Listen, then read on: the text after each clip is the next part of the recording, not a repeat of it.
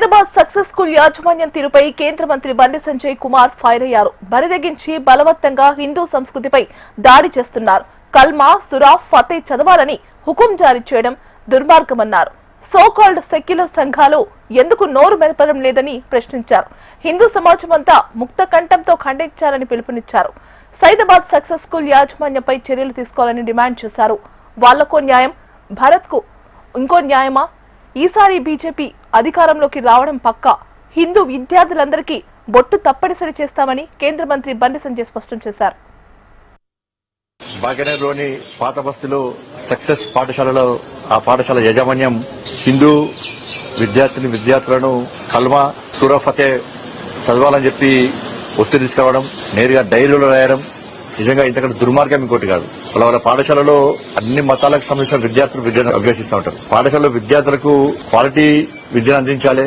వాళ్ళ దేశానికి ఉపయోగపడే విధంగా, సమాజానికి ఉపయోగపడే విధంగా విద్యార్థులను తయారు చేయాల్సిన ఆలోచన ఉండాల్సిన యాజమాన్యం దానికి విరుద్ధంగా వారి యొక్క మత విశ్వాసాలను, వారి యొక్క మతం ఆచార వ్యవహారాలను ఇతర మతస్థులకు సంబంధించినటువంటి విద్యార్థుల మీద ఒత్తిడి తీసుకురావడం నిజంగా ఇంతకంటే దుర్మార్గం ఇంకోటి కాదు. ఇవాళ ఎవరు చూసి ఈ విధంగా బరిదెగించి ఇతర మతాలకు సంబంధించిన విద్యా సంస్థలు రెచ్చిపోతున్నాయో ఒక్కసారి ఆలోచించాల్సిన అవసరం ఉంది. పాత బస్తీ ఎవరి జాగిరి కాదు, ఎవరి తాదాసి కాదు, ఎవరి ప్రాంతం కాదు. ఈ పక్క పాత బస్తీ హిందువులది. ఇవాళ మస్జిద్ పార్టీ యొక్క అండదండలు ఉన్నాయని చెప్పి ఒక ఆలోచనతోని ఈ విధంగా ఇస్లామిక్ సంబంధించినటువంటి ఇస్లాం మతానికి సంబంధించిన యాజమాన్యాలు ఇలా హిందూ విద్యార్థులను వేధించడం, బలవంతంగా వారి మత విశ్వాసాలను పాటించే విధంగా ఒత్తిడి తీసుకురావడం నిజంగా సిగ్గుచేటనే విషయం. రంజాన్ సందర్భంగా వాళ్ళు ప్రత్యేకంగా ఉపవాస దీక్షలు వేయడానికి గానీ, నమాజ్ చేసుకోవడానికి ప్రత్యేక వెసుడుగా కనిపిస్తారు. ఇలా హిందూ యాజమాన్యాలు ఆలోచించాలి. ఇవాళ ఆరోగ్యాలు బాగా లేకుండానో, కష్టాలు వస్తానో, ఎవడ మంచి జరుగుతానో మా పిల్లలను హనుమాన్ మాల ధరిస్తాం, ఈసారి అయ్యప్ప మాల ధరిస్తాం, భవానీ దీక్ష ధరిస్తామని చెప్పి మొక్కుంటారు. ఇటువంటి సమయంలో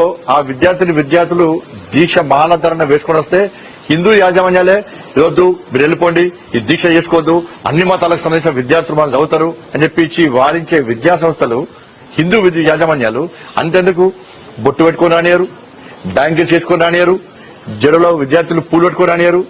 అన్ని మతాలకు సమానం అంటారు వాళ్ళు. మరి దీని ఏమంటారు?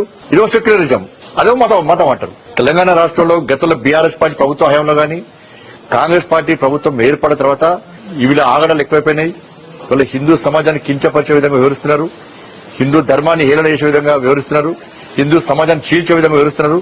దీన్ని హిందూ సమాజం ఖండించాల్సిన అవసరం ఉంది. హిందూ సమాజం జాగృతం కావాల్సిన అవసరం ఉంది. ఈ సందర్భం కూడా తెలియజేస్తున్న హిందూ సమాజానికి, నెక్స్ట్ తెలంగాణ రాష్ట్రంలో ఏర్పడేది భారతీయ జనతా పార్టీ ప్రభుత్వం. మా ప్రభుత్వం ఏర్పడిన వెంటనే హిందూ సనాతన ధర్మాన్ని, హిందూ సంస్కృతి సాంప్రదాయాలను పాటించే విధంగా ఇలా విద్యార్థులకు బొట్టు కంపల్సరీ చేస్తాం. ఇలా హిందూ విద్యార్థులందరూ కూడా బ్యాంగిల్స్ కంపల్సరీ చేస్తాం. హిందూ సనాతన ధర్మాన్ని, హిందూ సంస్కృతి సంప్రదాయాలను ఏ విధంగా ప్రచారం చేస్తామో ఆ విధంగా ప్రచారం చేస్తాం. ఈ నిబంధన తీసుకొస్తామని చెప్పి ఈ సందర్భంగా తెలియజేస్తూ, ఏదో సక్సెస్ పాఠశాల హిందూ విద్యార్థుల మీద బలవంతంగా వాళ్ళ మత విశ్వాసాలు ఉద్యోగ ప్రయత్నం చేసిందో, మత విద్వేషాలు రగిలించే ప్రయత్నం చేసిందో ఈ పాఠశాల గుర్తింపు చేయాలి.